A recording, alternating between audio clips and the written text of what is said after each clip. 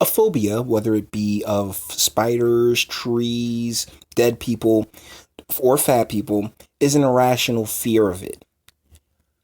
I don't see fat phobia being a thing. Nobody's scared of anything that they can outrun, all right? Yes, fat folks can overpower you, but they got to catch you first. We have an article here from the Philly Inquirer. To end fat phobia, we need to dismantle Western civilization, says Philly therapist Sonia Lee Rachatoir. And this is written by Cassie Owens.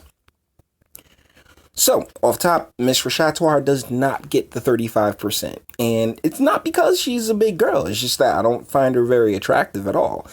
I've found plenty big girls attractive. To be honest with you guys, I find big girls giving top hella sexy. I mean, you know she hungry, so she gonna be putting in a little extra work, you know? Let's get into this lady's arguments because, like, from the title itself, the argument falls flat on its face. Because Western civilization is usually the reason you've gotten so fat in the first place. This country, particularly in the United States, and she's based in Philly, so yeah, the United States, we love our women. We try to make life as comfortable as possible. And this is the results. So if without Western civilization, trust me, you wouldn't have to worry about fat phobia. It's not a thing. Sonia Lee Rachatoir hadn't planned on being a therapist growing up. Her career path, she explained while sitting in the waiting room of Radical Therapy Center, the practice she co-owns in West Philadelphia, just kind of happened. Rachatoir, now 31, endured an abusive relationship in her early 20s. After college, she started volunteering for a domestic violence response team, an experience that showed her that she enjoyed working with other people who had lived through traumas. I'm curious, what did she plan on being when she was a kid? All of my work is to better understand what I've experienced, said Rachatoir, who graduated from Temple University in 2011. It's almost like I'm healing a younger version of myself by trying to find language to describe what happened. As the fat positivity movement has gained momentum, you gain momentum, but you're not losing weight. So too have debates around how fat folks should lead healthy lives. Rachatoir, though, considers how sizeism, that's not a thing, is affected by racism, misogyny, classism, homophobia, transphobia, and ableism. And she counsels people against intentional weight loss. Wow. You counsel... This is going to be a long article. She pointed to the work of the artist activist Ashley Shackelford, who has written that wearing clothes from the boys section growing up when many items for girls didn't fit altered how Shackelford experienced gender, which itself is... Our colleges are terrible. Like, our colleges are filling these people with just the worst ideas because a bunch of lazy a-holes who got degrees in things that were ultimately worthless had to stay in college so they could justify their worthless degree. My goodness. Rachatoir, who noticed that people may perceive feminine bodies as more masculine if they're fat, very true, feels similarly about her upbringing, being big and being the eldest child. She said made her feel less like a girl growing up. Well, that's really on you, sweetheart. I mean, there was never a time when you couldn't, just run and work out and move your body, because that's really the main thing, is just exercise. Like, even, it really doesn't even matter what you eat. And I know that's a terrible thing for me to say, but but no matter what you eat, you have to burn it off.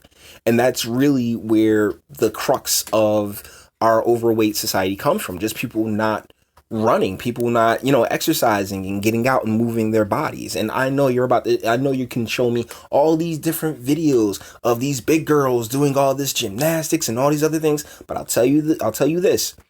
If they did that stuff regularly, they wouldn't be as big as they are. Okay. Her perspective, one of a fat South Asian non-binary person, Jesus Christ, has gained enhanced notoriety through Instagram, where she often posts Telegram-like advice to the account. The Fat Sex Therapist. Oh, gross. Last July, she celebrated 4,000 followers. Today, her follower count approaches 20 times that because there's so many people who want to be reaffirmed. My choices, they're great choices. No, they're not. No, they're not. She posts her advice in colorful blocks of text. Your body is an heirloom. Do you consume porn with bodies that look like yours? And then expands on those concepts in the captions. They probably don't. Okay? I mean, but that's the thing about porn. There's porn, like porn is, if you ever want to see a non-discriminating industry, go to porn, because they have everybody, okay? Everybody from the amateurs to the pros, all right? Rebuttal traces contemporary fatphobia, not a thing, to colonial brutality, really, and how enslaved people... Why is it always back to slavery? It always goes... It always goes back to slavery. Stop. Jesus. Citing researcher advocate Caleb Luna, Rebuttal said curing anti-fatness would mean dismantling society's foundation. I love to talk about undoing Western civilization because it's just so romantic to me. Could a treadmill be romantic to you, darling? You're out here giving people awful advice. And you know what? She wants it. You know what? I respect it. I actually have respect for you because you're going out of your way to dismantle Western society by giving people this terrible, oh, don't exercise, don't move your body. Come on, man. You are going out of your way you're doing your part. I mean, congratulations to you, darling. But that doesn't make it any less ridiculous or unhealthy. We asked Rebuttal, a proud South Jersey, Jersey, what have we done about Instagram therapy, controversy over some of her comments, and how fatness affects sexuality. Deal is that fat chicks are soft, and, you know, soft things are nice. But when it comes to, like, men in general, if it's wet and warm, we'll plug it on in there, all right? So, like, really. But ultimately... sexuality really shouldn't be the thing. It's about, you know, having, like, you know, solid relationships to experience all that sexuality in. I mean, Mama June got married, bruh. Mama June, Honey Boo Boo's mama, she got married. So let's not sit here and pretend, oh no, there's no guys out there that wouldn't want to bang a fat chick. Miss me, man. I've seen way too many fellas that are skinny as a twig and they wife look like a small planet. All right, so like, what do you mean? How does it affect sexuality? I promise you, if you've made it this far into this video, I promise you, there's somebody out there that finds you attractive. All right, that might be a surprise, that might be a shock, but there's always somebody checking for you. I promise, and it really doesn't matter what your what your insecurities are and what your ailments may be. There will be somebody to love you. So on the effects of fat trauma, what some folks think is trauma is like the event itself that happened. Like the car accident that I got into is the trauma. But that's the event. What trauma is what gets stuck in my body.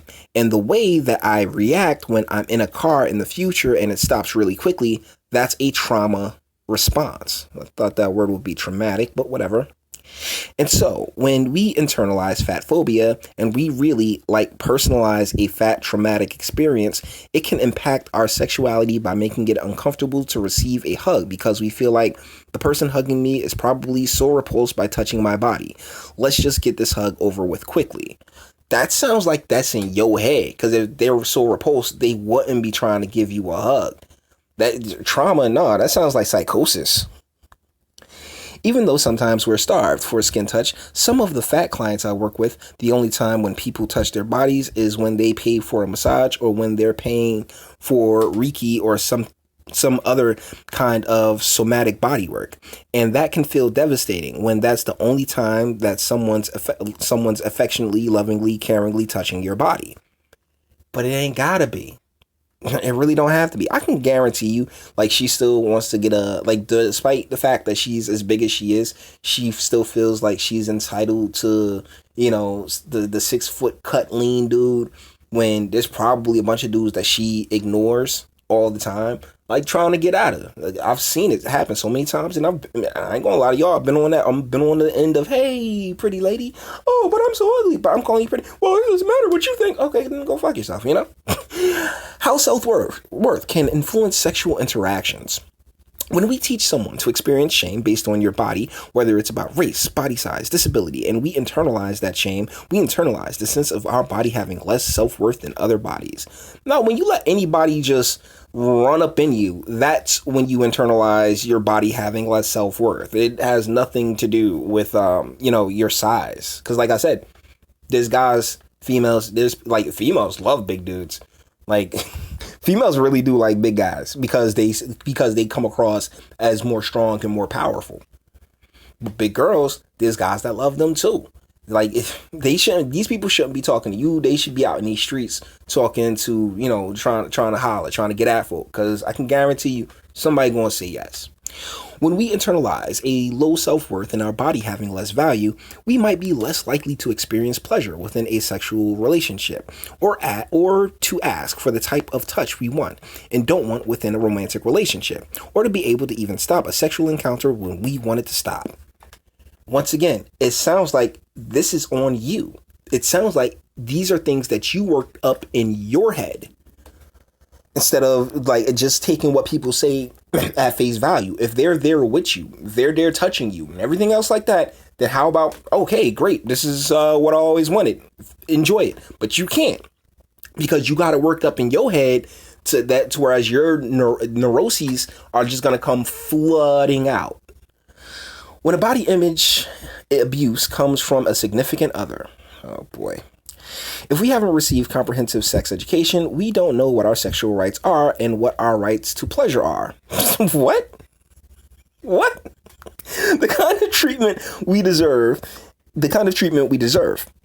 And oftentimes, we tolerate body image abuse from partners. I work with clients who are recovering from an experience with sexual assault, and a partner will say, like, I get you're depressed, but like, it's been a week since you've been in the gym, and if your body changes because of this, I'm not in this. I'm no longer going to be attracted to you. I'm going to dump you. I'm going to leave this relationship.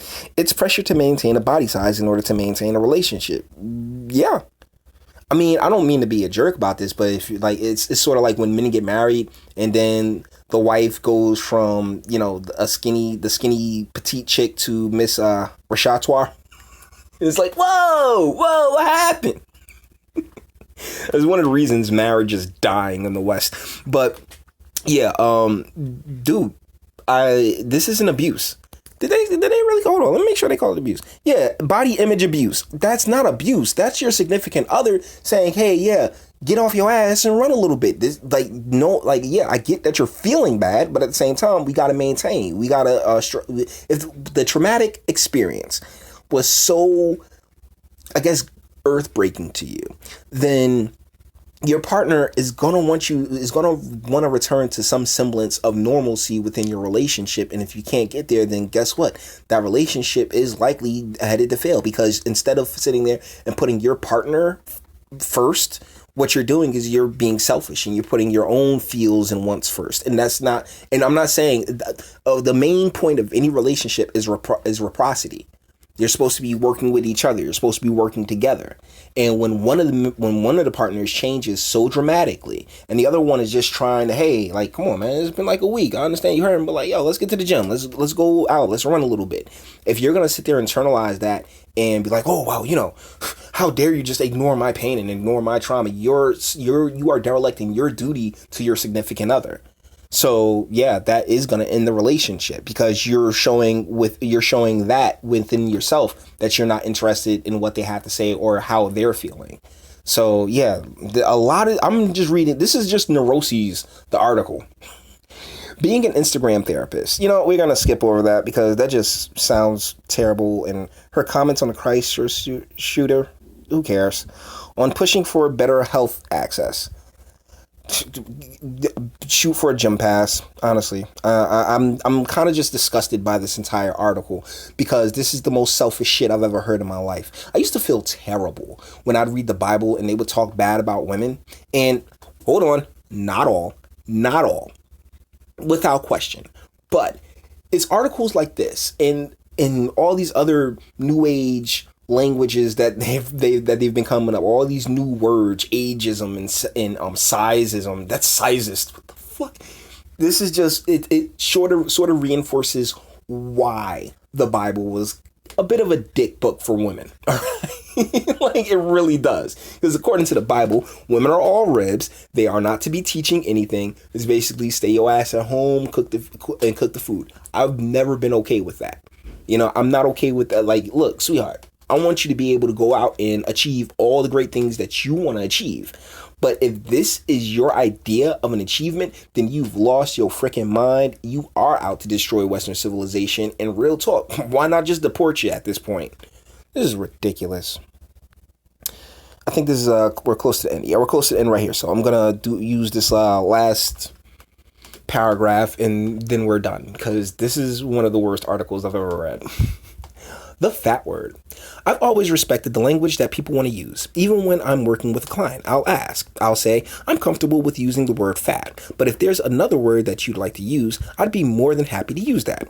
And so sometimes I have clients willing to use a word like fluffy or curvy or even plus size.